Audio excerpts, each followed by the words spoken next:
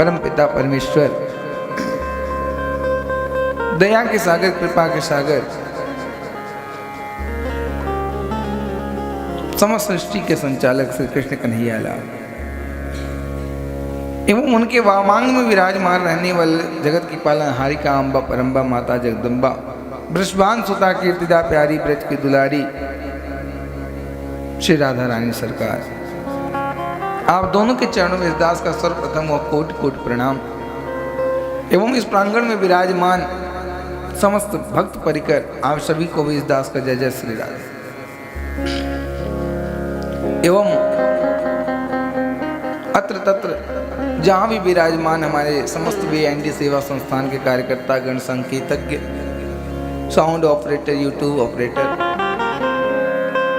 एवं विप्रवरगण, यद्यपि जो भी जहाँ बैठे हों, जो भी इस कार्य में लगे हों, भगवान के कार्य में लगे हों, उन समस्त लोगों को इस दास का जय जय श्री राधे। और आज ब्रज 84 कोश यात्रा का चतुर्थ दिवस हमारे मध्य परम पिता परमेश्वर की असीम कृपा से प्राप्त हो रहा है, क्योंकि रात के बाद अगर सुबह हो जाए और आँख खुल जाए तो ये परमात्मा की कृपा का एक परचम है। आप धन्यवाद, रोज धन्यवाद करो कि परमात्मा आज दूसरा दिन हमारे जीवन में आपने दिया, क्योंकि आँख बंद हो और खुल जाए ये केवल और केवल परमात्मा की असीम कृपा है।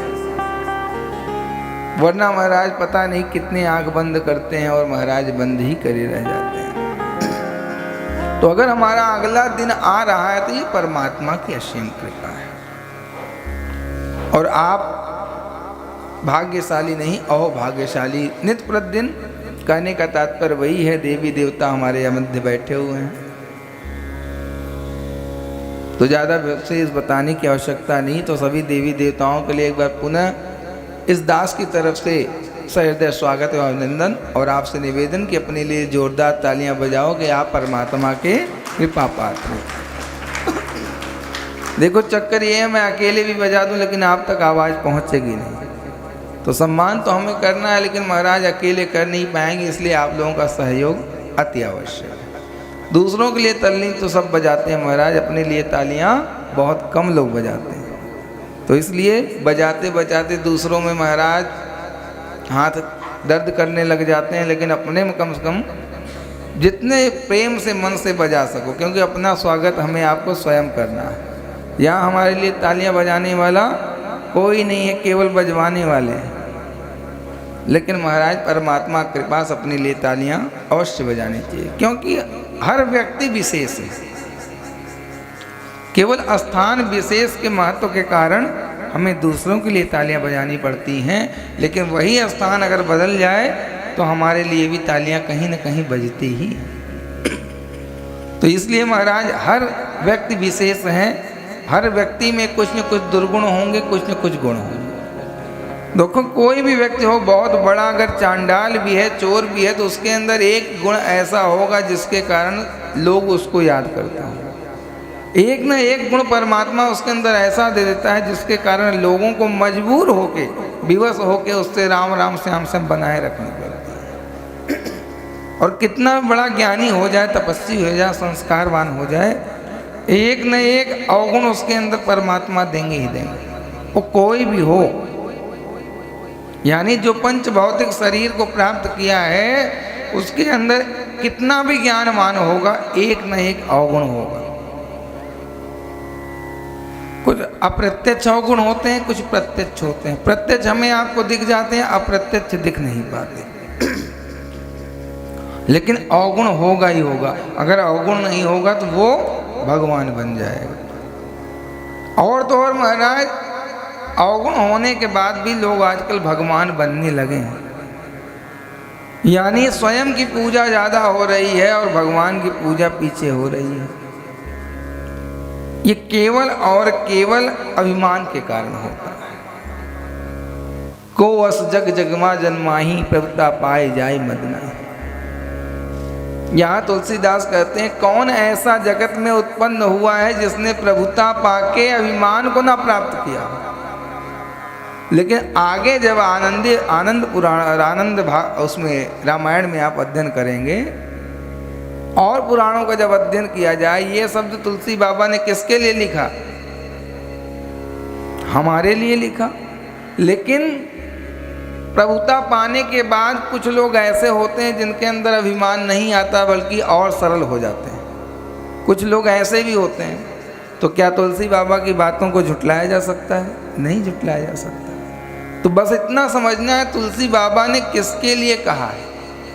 प्रभुता पाके कौन बौरा जाता है, कौन महाराज अभिमानित हो जाता है? जो प्रथम बार प्रभुता पाता है, यानी केवल प्रभु की कृपा विशेष से वो प्रभुता को पा जाता है, ऐश्वर्य को पा जाता है, तो मद में आ जाता है प्रथम बार। अब महाराज कौन प्रभुता पाके और सरल और विनम्र हो जाता है?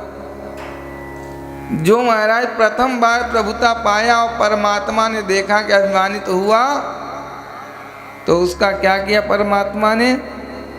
जहाँ था उससे भी माइनस कर देता है। यानी मान लीजिए आपको करोड़पति बनाया परमात्मा ने प्रथम बार, और देखा कि अभिमान में आ गया, और आना है उसमें कोई बड़ी बात नहीं है, उसमें कोई बड़ी बात नहीं। मेरे प्रभुता आनी है प्रथम बार। अगर धनवान आप बनेंगे तो प्रभुता पाने के बाद या पद प्रथम बार मिलेगा, तो आपके अंदर अभिमान आएगा। ये बिल्कुल सच है, इसको कोई रोक नहीं सकता। कितने भी आप ज्ञानवान होंगे, अगर प्रथम बार प्रभुता मिली है तो ज्ञान के पद के अभिमान में आप मद में आ ही जाएंगे। तो ये बिल्कुल सच्ची घटना है।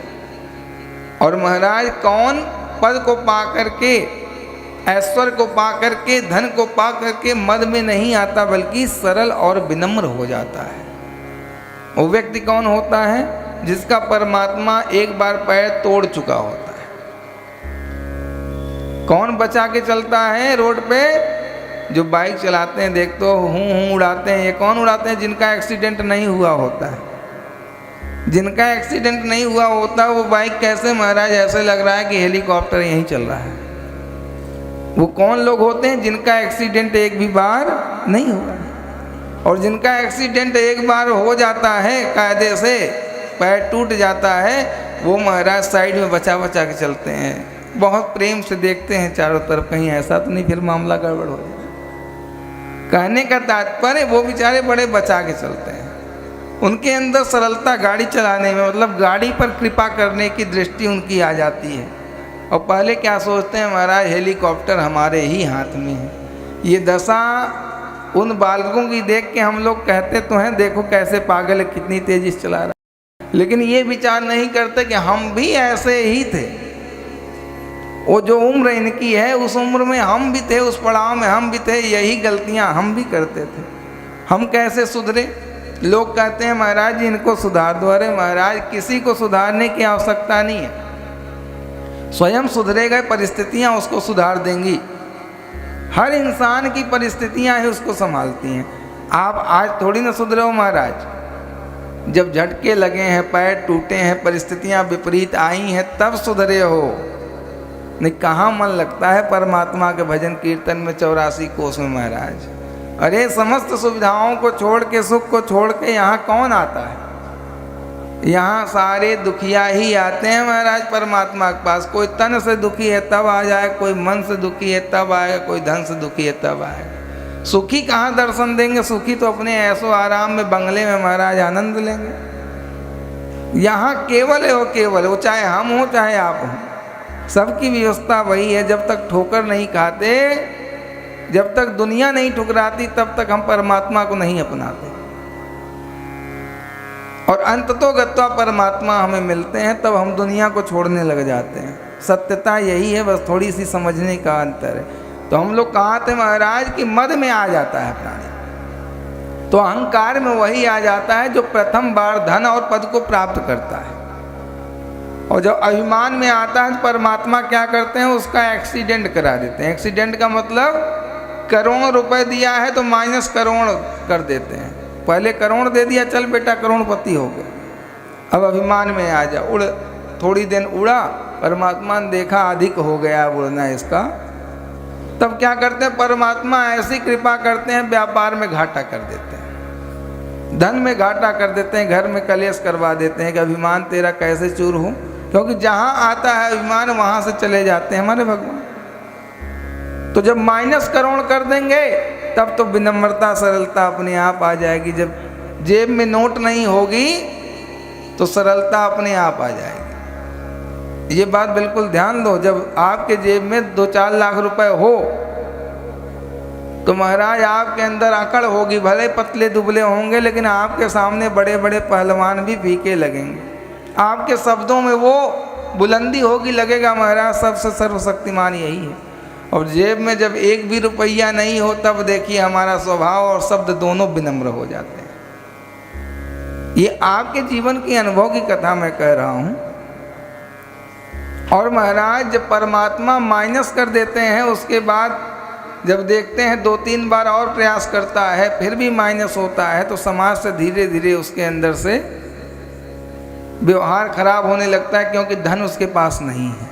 और समाज उसी को अपनाता है जिसके पास धन है, और परमात्मा उसी को अपनाते हैं जिसके पास धन नहीं है। बड़ी उल्टी विडंबना है।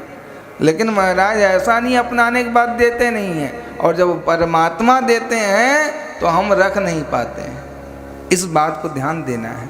तो महाराज अभिमान किसके अंदर नहीं आएगा? जो एक बार धोखा खा चुका होगा, जब दोबारा प्राप्त होगा तब उसके अंदर विनम्रता आएगी, तब अभिमान नहीं करेगा।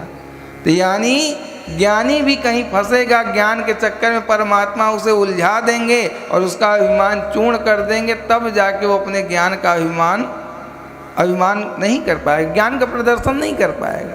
तो परमात्मा की कृपा से अभिमान में वही आते हैं जो प्रथम बार पाते हैं।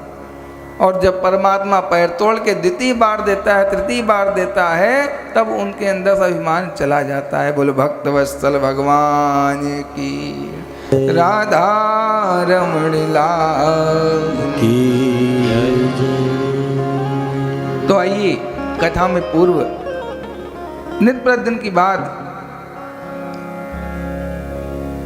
भजन के माध्यम से परमात्मा को थोड़ा रिझाते हैं। और ये जो भजन है ये हर किसी के जीवन में जरूर अनुभव किया होगा। इस भजन को, जो भजन अभी होने जा रहा है, इस भजन को गाना भी और अनुभव भी करना क्या हमारे जीवन में ऐसा हुआ है। वैसे 98% ऐसा आपके जीवन में घटना घटी होगी, क्योंकि सब यहाँ ओल्ड एज वाले हैं, मतलब आफ्टर 40। तो ये जो जीवन की घटना है ये एक भक्त लिखता है। इस घटना को हमारे आपके जीवन में भी घटित हो चुकी है, तो इसको फील करना, अनुभव करना, महसूस करना।